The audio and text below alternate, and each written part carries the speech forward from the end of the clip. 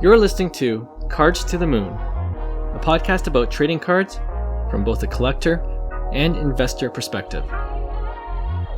We hope you'll stick around for the ride as we take a deep dive into the state of the hobby, share some hot takes, hopefully some useful advice, and fun stories along the way. Hey guys, welcome back to Cards to the Moon. This is episode 109. My name is Clark from 5Card Guys on Instagram and 5cardguys.com. And with me, as usual, is Hyung of Integrity Sports Cards and John, who is Trade You at Recess on Instagram. Okay, guys, off the top, we're getting closer to the Super Bowl. And by the time this episode airs, there will be 4 teams remaining. So first question is, who's your Super Bowl pick? And 2, out of these 4 QBs, who would you try to buy right now for a short-term flip? And the quarterbacks are Trevor Lawrence, Joe Burrow, Daniel Jones, or Dak Prescott. And I chose these 4 because they are all on teams who are currently considered the underdogs in their upcoming matches. Okay, so yeah, first, who's your Super Bowl pick? And second, I want to see who would you take the risk on to try to do a short-term flip. So what do you have? We have Giants, Eagles, Jags, Chiefs, Bills, Bengals, and Cowboys, 49ers. That's right. So they got some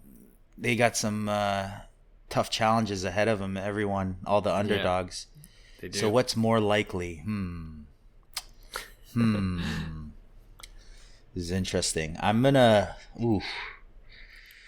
think for me, the quarterback, I think the biggest upside, it has to be between, Joe Burrow and Trevor Lawrence. I definitely like Joe Burrow. I think if he beats out Josh Allen and gets to the Super Bowl, I think that's for the second year in a row. I think he's proven something at least.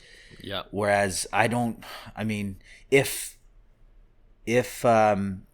Trevor Lawrence basically beats Mahomes, man, that could make his prices go kind of bonkers, just silly, just because of where Jacksonville was about 2 months ago, right? So I'm gonna say it's either between them two. I just don't know who, because Joe Burrow's your guy, right? In terms of his prices have already been pretty steep, where Trevor Lawrence is just kind of like constantly going up. So right. Who are the 4 guys again? Lawrence, Burrow, Jones, and Daniel Jones and Dak Prescott. Dak Prescott. Yeah, right. Playing against a very good 49ers team. I think Dak Prescott could win a Super Bowl and his prices won't do anything. Okay. So we know who Hyung's not choosing. I'm not choosing Dak. I'm going to go, okay, just quick. It's one of those two, Trevor Lawrence or Joe Burrow that I like, but I'm going to say Trevor Lawrence just because if he ends up winning, it's, I think, or beating Mahomes, I think it's going to make his cards go bonkers, just because they were kind of in no man's land. I think Joe Burrow did have a slight dip. So I just checked his prices right before this. All of them are green like crazy, like 60% growth, 30% growth, So I think he's gonna have a tough time beating Josh Allen, but anything can happen. Same with Trevor Lawrence. So I'm gonna go with Trevor Lawrence just because he's been so low and he's on a high now, and where he's taking him, the momentum could get him there, and I'm gonna go with Jacksonville. Hyung's a big time gambler. Mm-hmm. Yeah, seriously. I don't think they're gonna win. Like I don't think they're gonna actually win, but I just think that his card prices could go. The upside is the upside is huge, sure. Agreed. I'm opposite. I'm not taking that bet.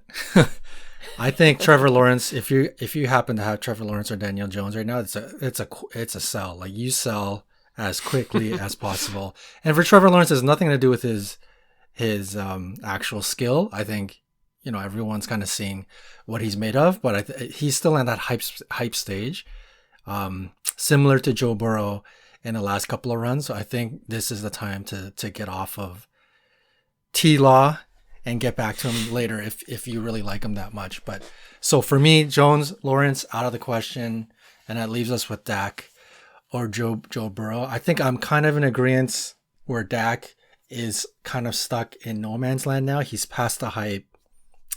And at this point, people got to kind of see Hall of Fame trajectory more than anything for his prices to kind of go anywhere.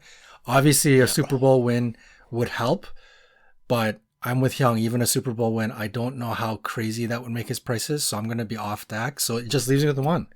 I don't like to pick Joe Burrow as much too. I still think it's a little bit of hype, but of the three, it's going to be Joe Burrow. Okay. Honestly, I think the real short-term, if we're talking real like short-term flip, it's Patrick Mahomes, man. I think his prices still, like, they've gone up a bit, but like if Mahomes wins it, really? I think he starts to cement like legitimate Hall of Fame. We can't be changing the rules though here. No, I'm not. Sorry. But I'm just saying. You know what? I'm choosing Josh Allen. Okay. I will say, hey, this is just something to think of. Okay.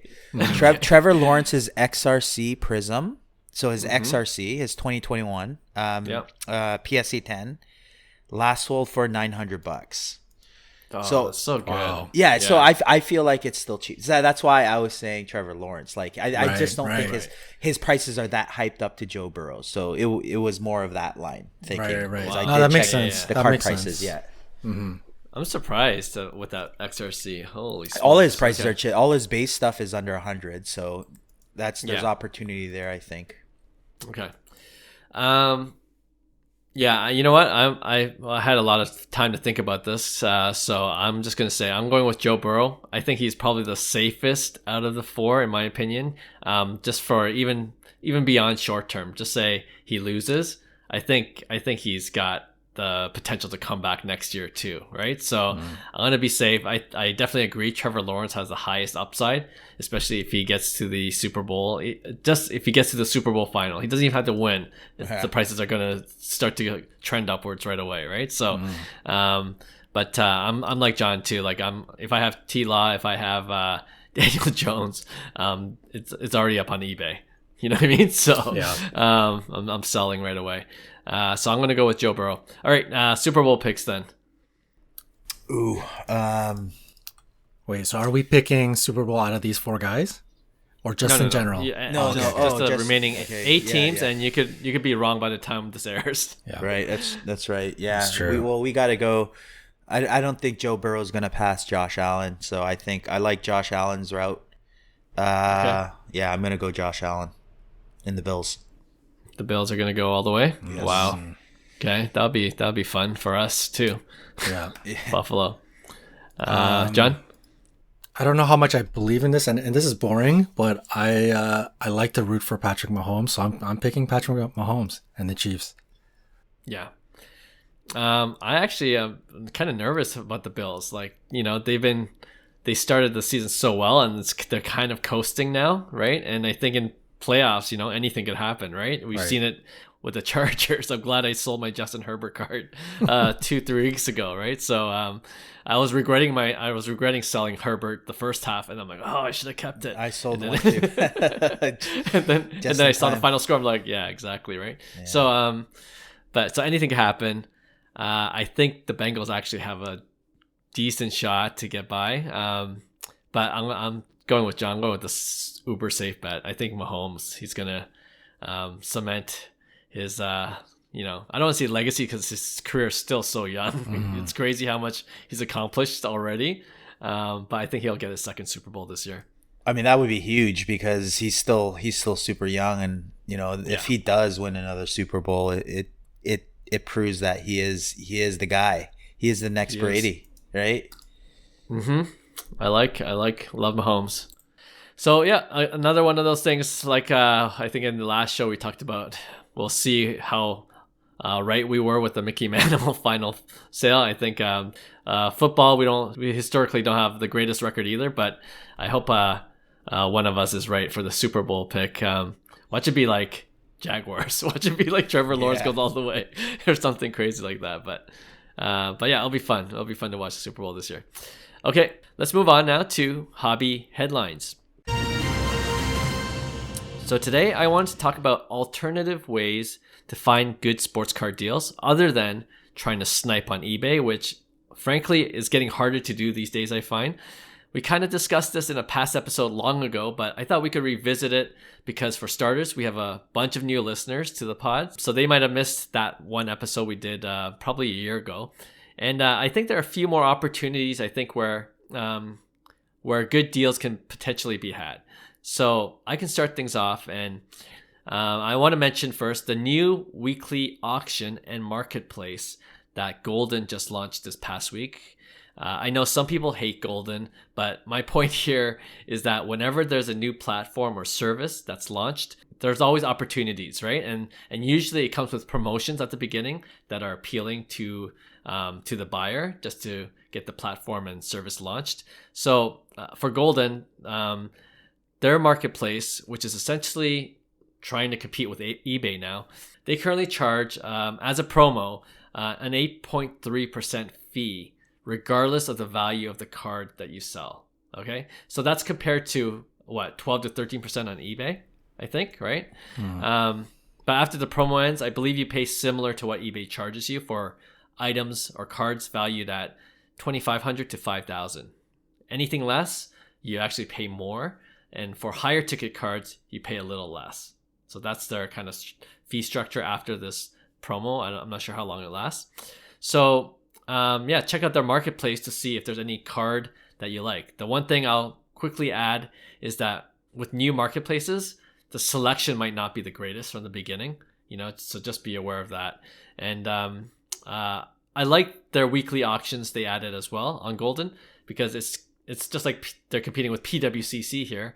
And ultimately, as a customer, as a consumer, you have more options to buy cards, and you never know when a few will kind of slip through the cracks, right? So I think it's actually a little risky for sellers to try to sell on newer platforms, but it's definitely good for buyers.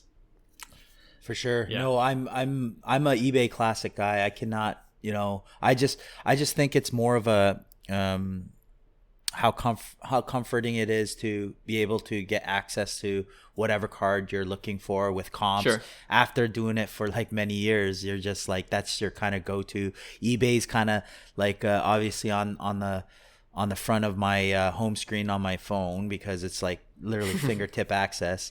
Right. And I'm on there every day looking at cards. So like for me, it's a platform that like if there's a player I'm interested in, I could get data really quick. So obviously eBay becomes my always go-to, and then I have orders. Then I'll scroll through my Facebook. I really like Facebook because there's groups. There's usually easy ways to find vouchers for people if you're ever dealing with, and then they have an easy user interface where a lot of people are on there for their personal reasons. So it's like it's much better dealing with an actual person where they have a profile and stuff like that. Some guys, they say they have two first names, never trust.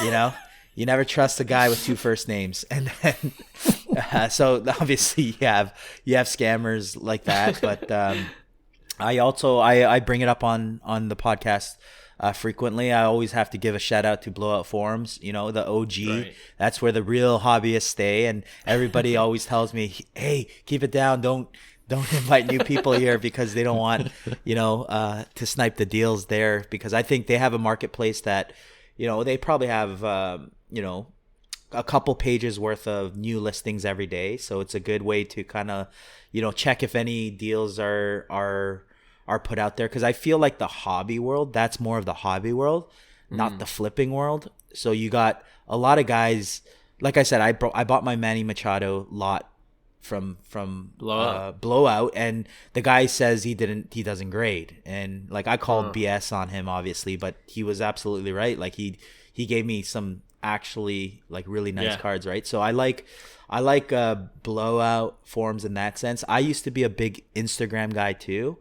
I kind of toned that down in terms of making deals with that. Just no reason in particular. I think I just prefer eBay just because when I'm looking for something, I kind of want the results. And then Facebook goes hand in hand with like just the groups, and there's some geographic pages like bat flips. There's like a bat flip one in Toronto, so it's more of a local community base that I like. And then we have your Bowman Chrome high rollers. you know, that they have super high end cards. So it's cool kind of going through stuff like that, and I enjoy it. And obviously, yeah, those are the platforms that I like to buy and sell off of. I like to stay the same. I know there's stuff like My Slabs that a lot of people, you know, are very high on, and I know people don't like the eBay fees. I'm in that camp too, but at the end of the day, they're bringing, you know, enormous amounts of people to you. So that's the trade. And you could literally put a card on auction that you potentially graded and you want maximum value. You just throw it on there on auction and you should, you know, get a pretty decent return. So eBay's the safest for me, and I like even though it's the most expensive. Yeah. Yeah. I mean, like you brought up a good point about Facebook groups. Like there are a lot of, well, maybe not a lot, but there are several trusted Facebook groups. So for sure, if you're a part of that community already, you probably have a growing confidence in doing big deals. Same thing with blowout forums. I'm sure I've never tried blowout forums or Facebook groups, so I'm definitely taking your word for it. But I'm on Instagram a lot just because with my 5 Card Guys account, and I just feel like there's a lot more scammy behavior on Instagram. Sure. So just be careful out there if you're one of those Instagram buyers. Like I get DMs from users that say, hey, is that card for sale? And then I look at their profile, 0 followers, 3 posts, and then, you know, I'll tell them, no, it's actually, I'm just helping promote like high-end auctions. And they're like, okay, how much? Like it just doesn't even make sense what the conversation is, you know? Yeah. So Instagram, you got to be a little bit wary, harder to get vouchers there. So yeah, I just want to bring that up. John, nice, right. Any other suggestions? You know, like the state of the economy and where we're at in terms of sports cards, I do think if you have cash on hand, these auction houses, eBay, Golden, is probably honestly your best bet, especially for bigger cards. Like Clark, you and I have been very interested in the 2008 Kobe LeBron card refractor, which now is going for like $3,000. It's like a great price. Yeah. You know, anytime I see that card in the hand of somebody on Facebook group or like at the card show, it's expensive. Like the whoever has that card locally or wherever, they're not willing to let it go for that rock bottom eBay price. So if you really you have cash on hand and you're looking to really snipe right now, I'm gonna say that the auction house is your best bet. On the flip side, if you're like me and you have your collection or your portfolio and you've committed your dollars and I'm not going to spend any more money because I need to spend money on life right now, then you got to do what you have, right? You got to make up with the collection that you have and start to wheel and deal with that collection. So I think the silver lining right now is that so many people who are quick flippers and just in it for that bull run, a lot of them have left. And my Instagram is a little bit different than yours, Clark. Obviously, yours is like an actual sort of like celebrity Instagram account. Mine is like a little peanuts with like 250 followers. It's just a whole bunch of collectors. So my experience is a little different because most of the people I follow or the ones that I interact with, they're all collectors, right? I think before you had a lot of people flexing on Instagram, look at my 30 slabs of Luka PSA 10s that I just got. I'm willing to sell them off or whatever. Now it's different. People are just showing off not even graded cards like my collection. And I think the hobbyists are really kind of taking over. So the good thing is if you go to shows, you go to trade nights, I would encourage everyone to kind of get involved. And the more people you get to know, you meet really good, trustworthy people. Like some of Hyung's old experiences is if you make a great deal with somebody who's at the show or in your city, there's probably a good chance if you had a really positive experience, you're going to deal with that person again. If you follow their Instagram account and they happen to have a card that you're interested in, you don't even need to get vouchers involved because you've already met the guy. You guys probably know each other on a first name basis. So I think this is a great opportunity to get involved in the community and kind of immerse yourself in the hobby. And you should be able to get, in that way, I think you can get some deals. You'd be surprised at what kind of deals that could happen for you. Yeah, no, very good advice. Good suggestions. And I think it's useful for people to hear because I think, well, you're not the only one that's tight on cash and spending it on life. I was going to make a joke, you know, that saying for basketball enthusiasts, ball is life. I was just gonna say cards are life, John. This is what we live for. I wonder if I can get that saying going, but it might be hard to do in a recession. But yeah, I totally hear you, and I think like we gotta. I don't know if you're going to the upcoming CSC show. It's away in Mississauga. Saga, yeah, it's on the west. I know. Close to Johnny. Yeah, you're closer. Yeah. It's closer to you now, right? Yeah. But I love going to those shows mostly not for like buying from booths, but making potential trades or things like that. So yeah, hoping to make it out to that one. But what day is it? I want to say the 29th. It's coming up, right? Oh, it's coming January. up soon. Oh, January. Yeah. I'll go if you guys End of go this month. What day is it? I think it's a Saturday or Sunday. Sunday. I think they're usually on Sundays. Okay. Right. I'd be interested. Interested. Let me know. I'm not going to commit to it yet. It's a little early. Apparently, it's a bigger venue, and I think the parking is way better there than the previous Hilton. Right. Yeah. Anyway, we won't bore our listeners with this GTA talk. If we do go, we'll let you know if we picked up anything. But hopefully this segment helped you in terms of finding better deals, especially if you're tight on cash or you're just looking for, good grail cards to add to your PC, which we talked about in previous episodes. So good luck to you guys on that. All right, let's go on to our next segment. We've done this before. It's another round of overrated, underrated. And the theme this time is player positions. And you'll get what I mean once I go through the list, okay? So first, overrated or underrated, baseball cards of pitchers. We talked about this before in passing. I don't think they could be overrated. Right. But I get what you're saying. They like, is it properly rated, or it's like, right? Yeah. Mm-hmm. Essentially, do you think it's underrated or man? Properly rated, in general, I'm gonna say it's super underrated. Like, I'm thinking Justin Verlanders of the world, the Clayton Kershaws, right. the guys that are goated already. Like, if you look at a Nolan Ryan at 60, the Kuzman, or is it Kuzman, the Ryan, the 68, I think. Oh, like the two photos. Yeah. Oh, yeah. I mean, Kuzman, that's basically Nolan Ryan's like rookie card that still holds a lot of value. And right. Nolan Ryan was a GOAT. Like, he was definitely a GOAT. There was some stat that I posted on my Instagram. I think it was like I forget. I'll share that earlier. But if he got the run support that he had, he lost like 191 games in his career. That was something like it was something ridiculous where he pitched like a certain amount of innings and his ERA was like 2.27 and he was like 0-100 or something like that. But anyways, right. I feel like in the long run, like the Sandy Koufax of the worlds, the guys, if obviously Roger Clemens was clean, like those prices would have been pretty good because of the impact they left on the game.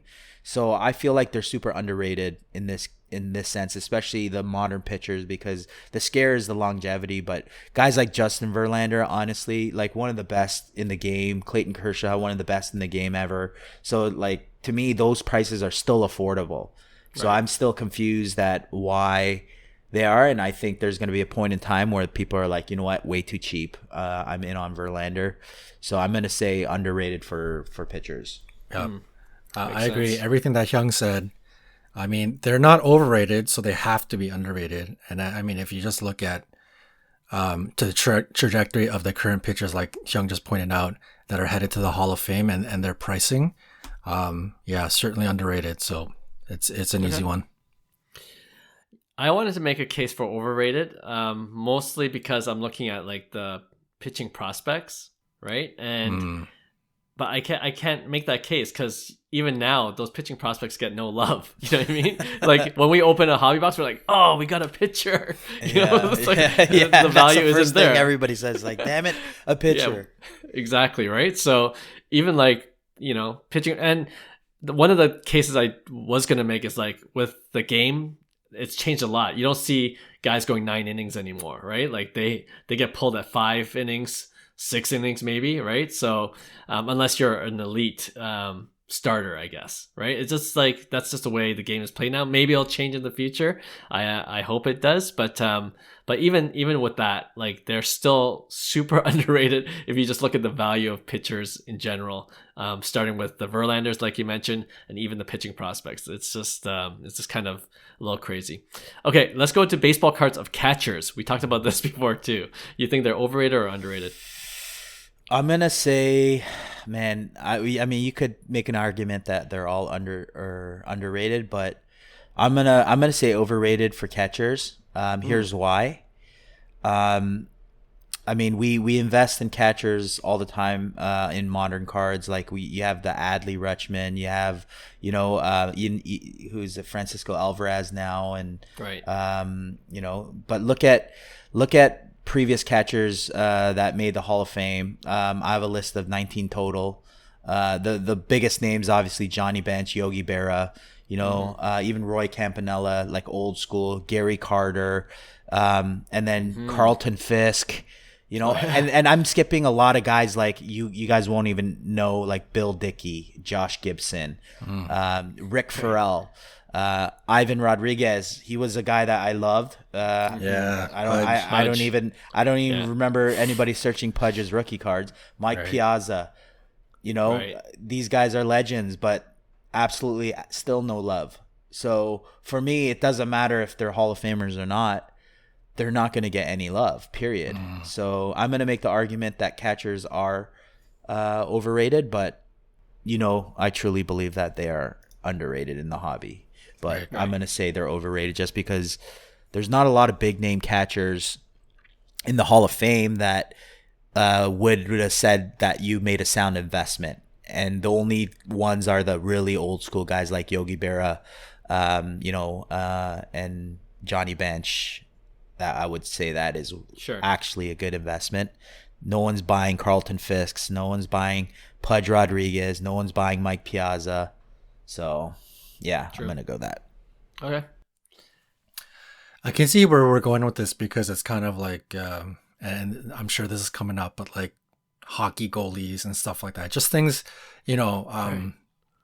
defensive positions in football, like positions that get overlooked or thrown to the wayside. So I get that part. The problem with catching is a lot to do with Hyung said is there's just not much talent out there that you could overrate or underrate, right? Like who is there recently? Yachty is probably one of the bigger ones, and like Buster Posey is probably the other one. Like there's really nothing else, right? So there's nothing really to rate. So for me, it's a little bit more specific to prospects, but I'm gonna say overrated because the only time that the catchers really come into play is the prospect game. And not everybody is like Hyung. Like Hyung knows prospects, he knows baseball. Majority of the people out there are going to be like myself and Clark. We don't actually know these prospects. We're just going by what everybody else says. Beckett says Todd Van Poppel. We go after Todd Van Poppel, right? So, like when we're chasing Bowman first, all like a casual like me, I just know pitching prospect or hitting prospect. That's the only two differentiations. Right. Like I forget that there's a catcher. So even last week when we were talking about like those top 5 Bowman prospects, and Hyung was speaking about, I like this guy. I think it was Alvarez. I like him, but he's a catcher, and I didn't even know that. I was like, oh, okay, that's different, right? So I think a lot of people forget, like, okay, Ali Rutschman, like amazing, and #1 pick overall, but then you just forget that he's a catcher until he makes the majors, and you're like, oh, I didn't know this guy's a catcher. So I think in the Bowman first world, people just kind of overlook that, or they don't think about that. So catchers are certainly overrated, in my opinion. Yeah. This is going to be a quick one. Definitely overrated for catching prospects like Alvarez, which we talked about last week, like you mentioned, John. And people forget they play 130, 140 games maybe if they're healthy. That puts a dent on their accounting stats compared to every other position player. That's true. Right? Good point. And that becomes a priority for catchers in the game. It's defensive first, always. Like, because when your responsibility, your role as a catcher is defense first, you're instead of taking batting practice, you're catching bullpens instead of, and it starts from the minor leagues up, and it's just something that, and by no means am I dogging catchers, because I honestly, one of my favorite positions in baseball, just the mentality is different. The people who catch are always like the greatest teammates. They're the beauties. Right. So I don't want to take anything away from current catchers, or if people are in the baseball world. We're just strictly talking it from a hobby perspective. Yeah. Yeah. Well, I can attest to that. When I was playing house league, when I was like in grade school, I was a catcher for the team. Boy. It was a lot of fun. You got a lot of bruises, but it was a lot of fun. Right. And those are the days when the rule is like you could charge a catcher at home plate too. I see you as a target, Clark. I'm running you pretty hardcore. I somehow survived. I've blown up a few catchers in my time. Yeah, I'm glad I didn't play against you. I'm really glad I didn't play against Hyung. But yeah, catchers overrated. But you know who's underrated? Sal Perez. That guy plays every single game. Sal Perez. Oh yeah, old school. He was great for my fantasy team. All right. Okay. Actually, John kind of alluded to this. I'll do both of them at the same time. Hockey cards of defensemen and hockey cards of goalies. Do you see them the same way? Overrated or underrated? This is tough. I'm gonna say, you know what? You look at a list of, big time defensemen in the NHL. You Ray Bourque, your Paul Coffeys, your Al McInnes's, your who else? Dennis Potvin, Chris Chelios, Bobby Orr. There's some big names there. So for me, modern defensemen don't get a lot of love, in my opinion, compared to the McDavids and the offensive type players. Right. So I'm going to say underrated for D-men because of that, because I think history has shown that, there's been a bunch of great defensive people in the NHL. So I'm going to say underrated. Goalies, goalies, I'm going to say same thing. I'm going to say just hockey in general is underrated. I think, everybody loves the Ovechkins, the McDavids, the Crosbys, and everybody else is secondary. But I could see why it's same kind of love as the catchers, as goalies. They bring a lot of similarities in that sense. But then you got some big name catchers that, Ken Dryden was like the big name when I just remember that card, the Ken Dryden card that was always in the Beckett price guide. So it was like, those are iconic cards. Yeah. Right. So I think in history, hockey proves that, vintage hockey has a huge history, and I think we're kind of losing that because of the modern game of cards, and we try using modern logic with that. So I think I'm going to say both underrated. Okay. Right. I like defense. I think defense is supremely underrated, especially in the modern era where there's a lot more offense happening.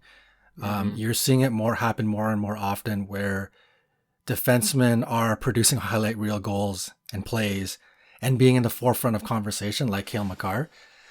So I think you're gonna start to see that a lot more and more. And I think there will be a time we're gonna see, and maybe it's Cale Makar, but you'll see like the next Bobby or some Connor McDavid type of defenseman that puts up like 100 points a year. I'm sure we're gonna see it very soon. So I think defense is supremely underrated. I think there is something to like collecting defensemen. Goalie, it's a little tough, because if you play hockey, goalie is just such a different position. It's almost like it's not hockey. So you play hockey, and then goalie is just completely separate. And even if you guys have played hockey, like the personality type, the type of person that plays goalie is so different. It's not your typical.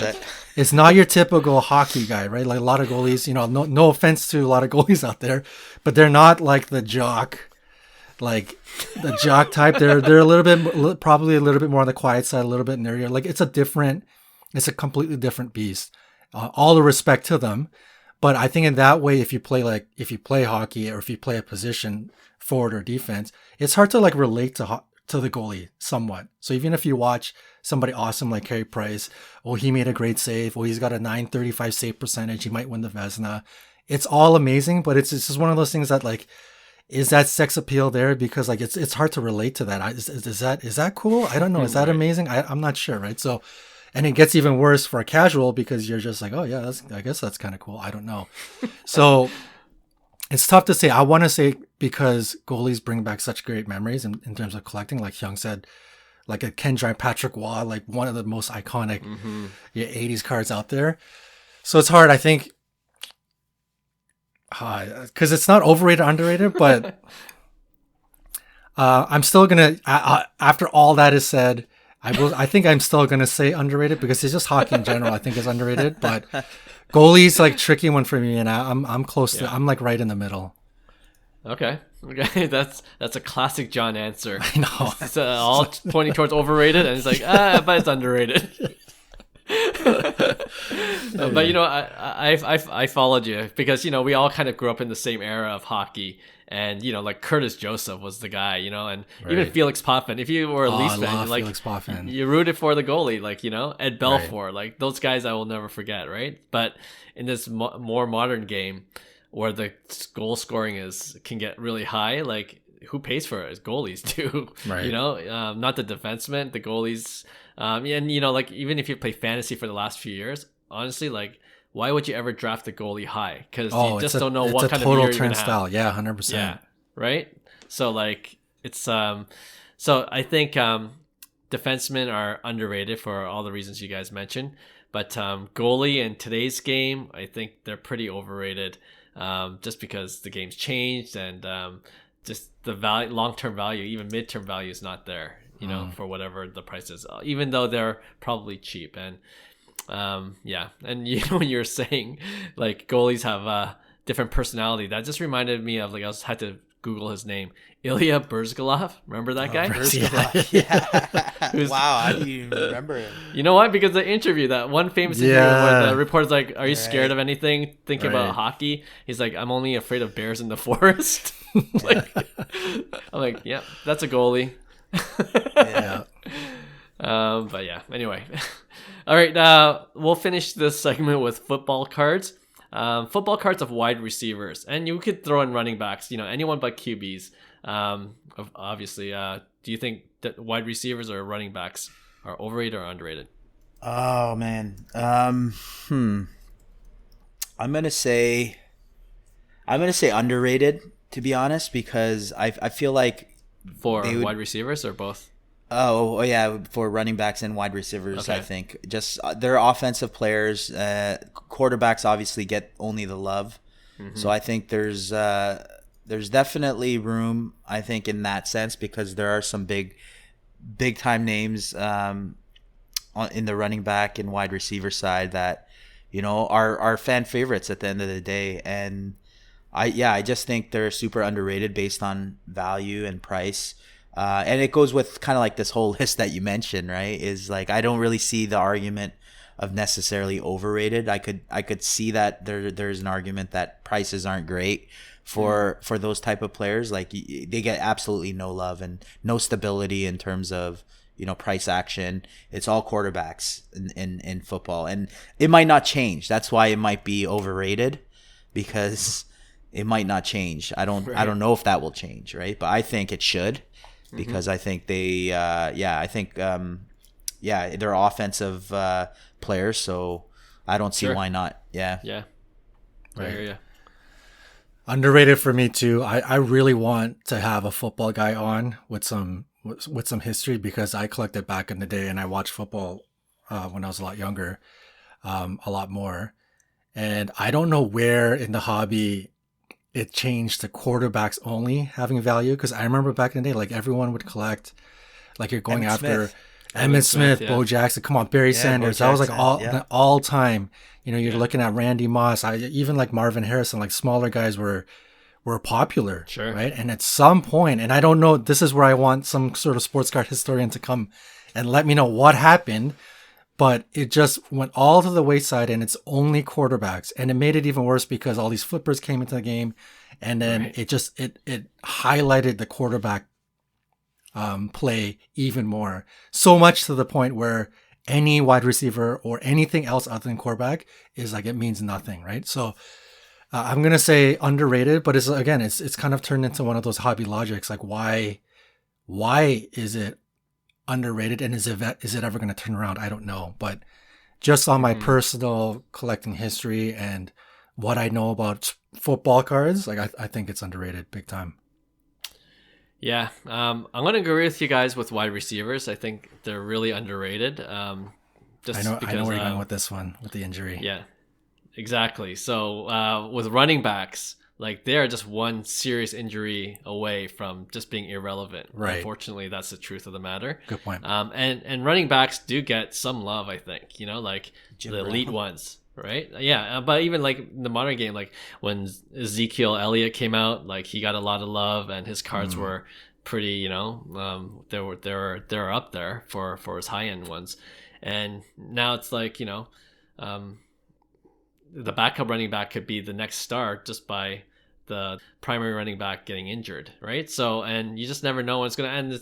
It's like, they're the ones that get the most contact. It's crazy what running backs, subject their bodies to. It is really, it can be violent, right? So, so I think for at least the elite running backs that come in the game that get a lot of attention, I still believe, especially if they were amazing in college. Like, I'm afraid to invest in any of those cards, at the NFL level, especially because we've seen them, after like 1 or 2 seasons, they're all of a sudden irrelevant, and that's a sad story. So underrated for wide receiver and overrated for running backs. All right, that's a fun segment. We'll we always like coming back to this overrated underrated segment just to get different perspectives, and we'll definitely come back to it in a future episode. All right, let's end off this show with our regular weekly segment we call Pick One.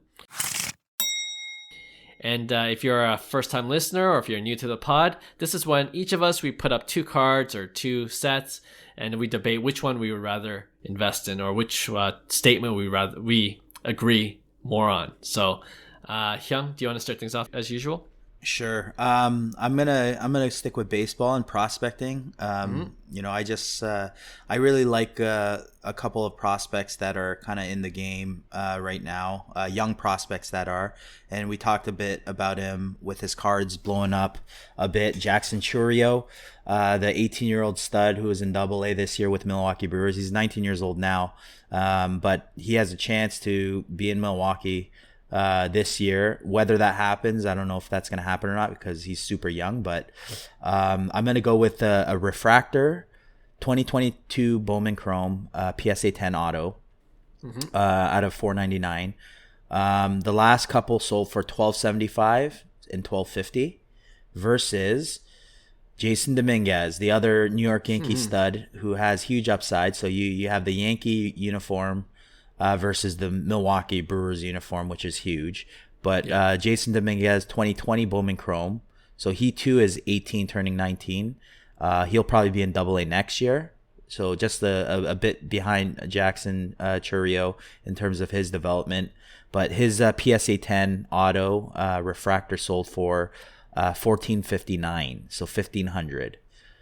So they're both, I think, big cards, but which one would you guys choose if you had to pick one? Man, I am the worst guy to ask about prospecting. I know, that's why I did it. That's why. So this is gonna be because you talk hockey and you know much I don't. Yeah, that, touche. So. Yeah, understood. I like to balance it out in each show. So yeah, I like Jasson Dominguez because I like the tantalizing home run hitting ability and power, and the fact that he's on the Yankees. I think Jasson Dominguez is probably a little bit more of a long-term play. So for me, because none of these guys, as of right now, they don't appeal to me collecting wise, like PC.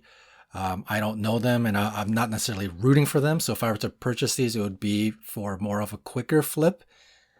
So I'm going to go with Jasson Chourio because based on what Hyung is sort of been alluding to based on these two prospects, he's the one that looks like he's pretty close to making it. And based on his trajectory, looks like he's succeeding really well in the minors. So I think there's a good chance that he can make a big splash as he comes into the league, whether it's this year or next. So I like, in terms of a shorter term flip, I like that potential over Jasson Dominguez, who's maybe earliest 2 years, maybe 3 years away. Hyung, you could tell me otherwise. So yeah, I'm gonna go. I'd say 2 years. Yeah, so I'm gonna go Chourio. Okay. Yeah, I'm not too familiar with Jackson Chourio as a prospect. Does he have a nickname? I don't know, but he's the number 1 or 2 prospect in all of it MLB now. Or 2, okay. I want to say. Wow. So. Okay. I'm just gonna go with Dominguez because he has the nickname The Martian, and I think that's pretty good. That's pretty cool. No, you know what? Like I like Jasson Dominguez now at this price. Like when it was like, remember the hobby hype? Like when it was like, I think it was 5-6K. This card. I was just checking on Card Ladder. Like that was ridiculous. You know, like, and he was what 16, 17 at the time. It's like it's just totally ridiculous that people were paying for that much hype for a player that was still at least 3-4 years away at that time, right? So, but now I'm like, the upside is very tantalizing as a Yankee prospect. The power potential, and a couple $100 more than Chourio. I'm gonna go with Dominguez because of that upside. Interesting. I left an important detail out. I should have said this before. Okay. And not that this we're gonna flip. Not that this would have changed it at all, but I forgot to mention that the pop on the Jasson Dominguez was 108, and the pop on the Jackson Chourio was 16, I believe. 16, okay. But it's also new. So it's also new. So you're gonna get a lot more graded. So it's gonna even out in that sense. Not that would have made a difference on your opinions, but I'm sticking with Dominguez. Yeah. Okay. I like Dominguez. I think he's gonna be a stud. I also believe though that when basically we entered the market when Dominguez came in, he was the hottest thing in 2020, and that was part of the hype of the hobby. I think it ended up becoming massive. I still think his price was still impacted by that move, and it's still moving downwards because it's still correcting. Right. So you're right in terms of the value was there before, but I think it was so overhyped based on kind of like even the Bobby Witts. I mean, he's in the big leagues right now, but Bobby Witt Jr.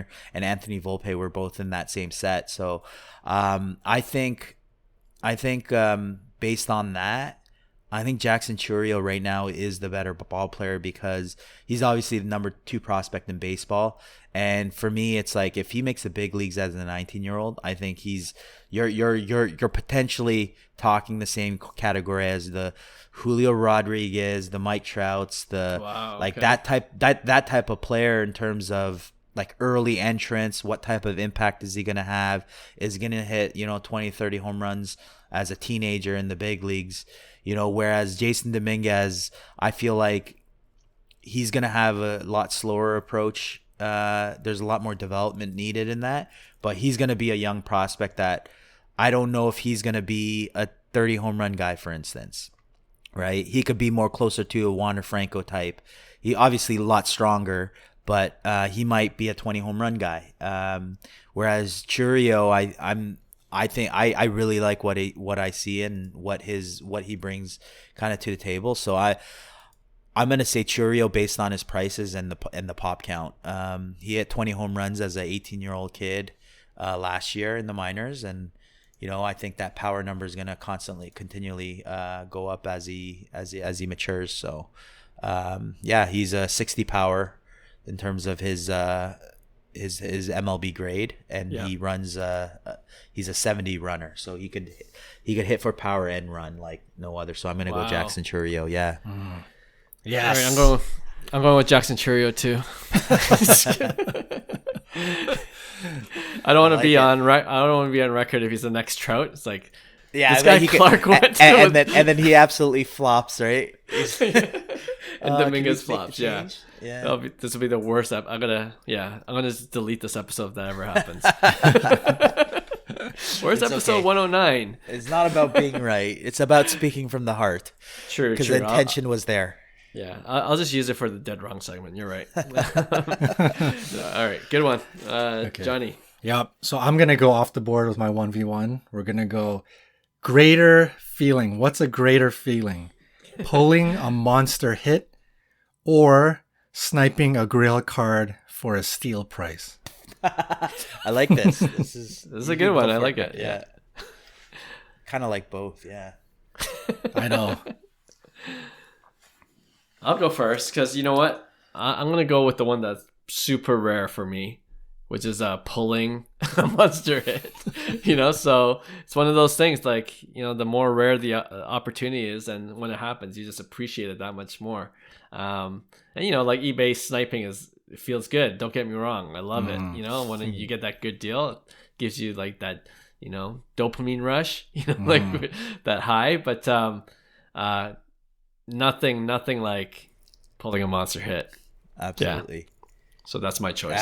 Yeah, I'm gonna like for me it's the monster hit. There's nothing better feeling than hitting a monster. Like it's weird. You feel like you're invincible. You feel on top of the world. Your conversations are a little more like perkier. You just want to take a picture of it and just show everybody that has ever collected cards. Right. Whereas sniping is like, what? I'm happy about it, but it's not like that adrenaline rush.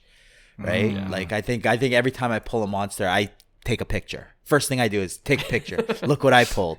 Right. Yeah. So I love that True. feeling. I think it's one of the greatest feelings. Yeah. Oh man, I'm about to save my 1v1 in a very sad way because I can only go by experience. Similar to Clark, I have never hit. I've never had a monster hit, so I have no idea what that feels like, other than watching it on YouTube, other people getting it. But I do know what sniping a grail card for a steal price is, and you get a pretty mean adrenaline rush.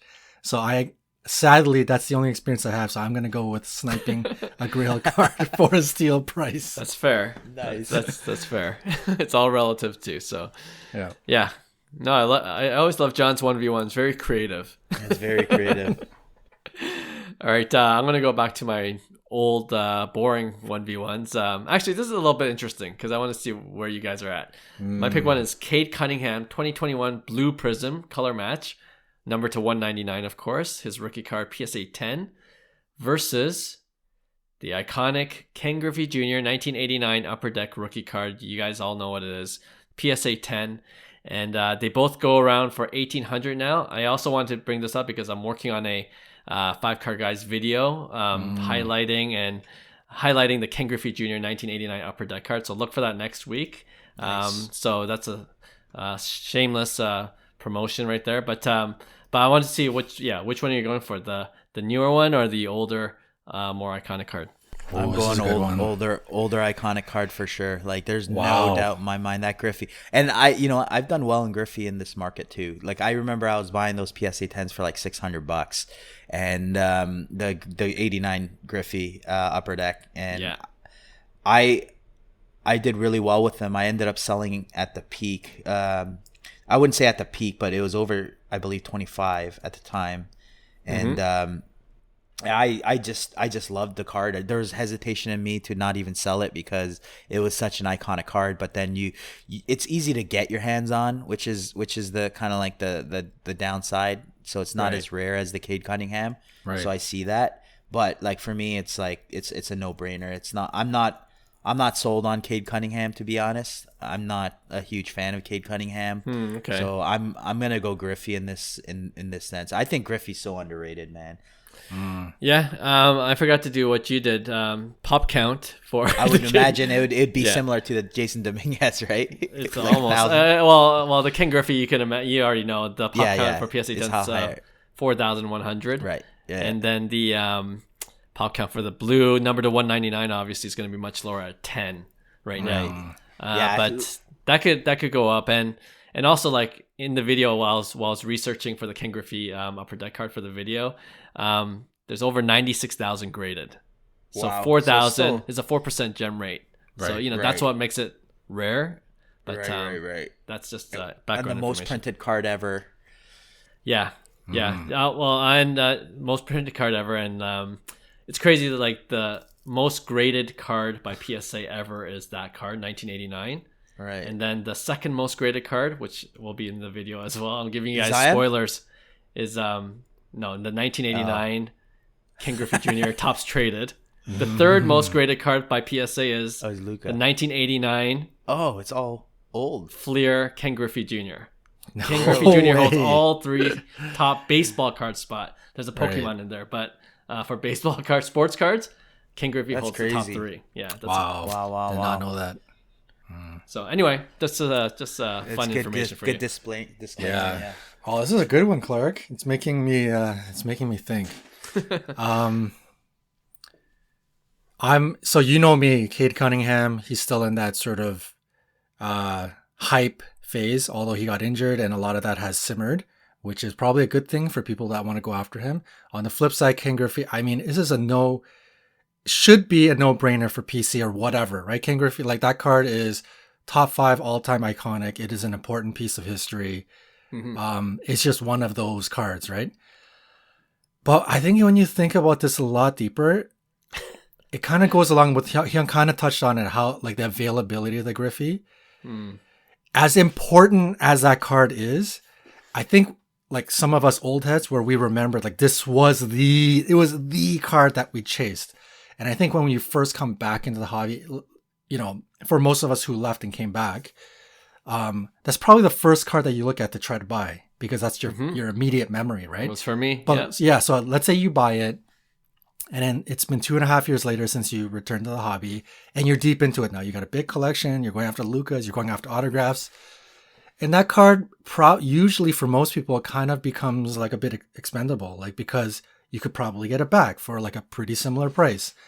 And as special as it is and as iconic as it is, I think even for me, it's an all-time grail. But Griffey, I don't know, because it's like it's upper deck junk wax era paper. So in a sense, there is a level of sort of vanilla. It's a little bit boring. If I'm being very honest and I want to collect a grail Griffey, I've kind of moved my eyes towards like 94 finest refractor or like a flawless patch auto, on-card auto, something like that, a little bit more special. And if you were to ask every major collector out there, as important as this card is, ask them, do you have this card in your collection? And I'll bet you most likely people are going to be like, I don't. It's a top 5 all-time iconic card, but I don't have it in my collection. And I think that just goes to show how it doesn't create the excitement in your current collection. So I think it's just one of these cards that, as iconic as it is, it's just going to kind of be around, kicking around all the time. I think by the Mike Trout update, it's going to be a similar kind of card. So because of that reason, because it's just availability and like it's just kicking around, it's not going to stir up excitement. It's not going to explode at any time soon. I'm kind of a bit more leaning towards taking a risk and going after the Cunningham. And just making a short-term play. And when he comes back and hopefully he plays like an all-star level, Blue Prizm, PSA 10, short printed, low print run in terms of the PSA 10, color match, all of the above. I think it could be a pretty big win. So I can't believe I'm saying that, but I'm going to go with I can't believe it either. I know.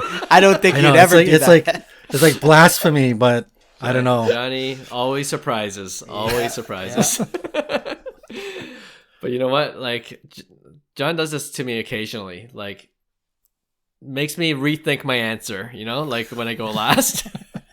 Like, man, he makes some very good points, but I can't let go of the iconicness. I know that's probably not a word, but the iconicness of this Ken Griffey Upper Deck. And maybe I'm biased too, because I've done a lot of research over the last 2 days. And, the number one card for the inaugural set of Upper Deck, a PSA 10. And you look at the charts, like, I remember when I first got into the hobby, no lie, my first card I got was actually a PSA 9 of this card, because I'm like, just nostalgia just hit me big time. Right. And I was looking at the PSA 10 and, it was $300 at the time. Like, oh man, that's a lot. $300, getting back into the hobby for a card like that. And now it's like 1,800, right? It's like, and of course at the hobby height, it went up over 5K. And so it's dropped down to 1,800, but I could have got it for 300. So it's kind of, this is where the resistance level is, it seems, right? And who knows if there's another push in the hobby, when people have more disposable income, more people our age get into it. I'm sure there's still a lot of us who aren't back into it, and I still see there's going to be room for growth in the hobby, especially with fanatics getting involved. I feel like it has a chance to go back up a little bit, even despite the print runs and all that stuff. And then, once people educate themselves on grading and things like that, I see a chance. So for that reason, and for just the personal bias, of course, of growing up with Ken Griffey as my favorite player that I've ever had, I'm going with Griffey. But that's exactly the reason why Johnny chose Cade Cunningham, so why I put it for 1v1, because I almost convinced myself too, like the Blue Prizm color match, numbered. You could talk yourself into it, I'm telling you. Yeah, it was a really good 1v1. Yeah, I like it. All right, great. That wraps up this episode, Tuesday episode. We'll be back on Tuesday next week for a brand new episode. And if you missed our Friday episode, we announced a small contest for hitting our 1,000 subscriber mark. So you can go to our Instagram at Cards to the Moon. We'll have a contest post pinned to the top, and all you have to do is like the post, and then we'll announce it in our next Friday episode, which is about a week and a half when this comes out. All right, thanks again. We appreciate you guys. If you like this podcast, if you like this episode, please give us 5 stars wherever you listen to your podcast. And we'll see you again next week. Bye. Hey, thanks for listening to Cards to the Moon. We'd really appreciate you subscribing to our podcast wherever you listen to your podcasts. And you can also connect with each of us on Instagram at 5cardguys, or you can follow Hyung at Integrity Sports Cards, or John at TradeU at Recess. You can also check us out at 5cardguys.com. Thanks again, and hope to connect soon.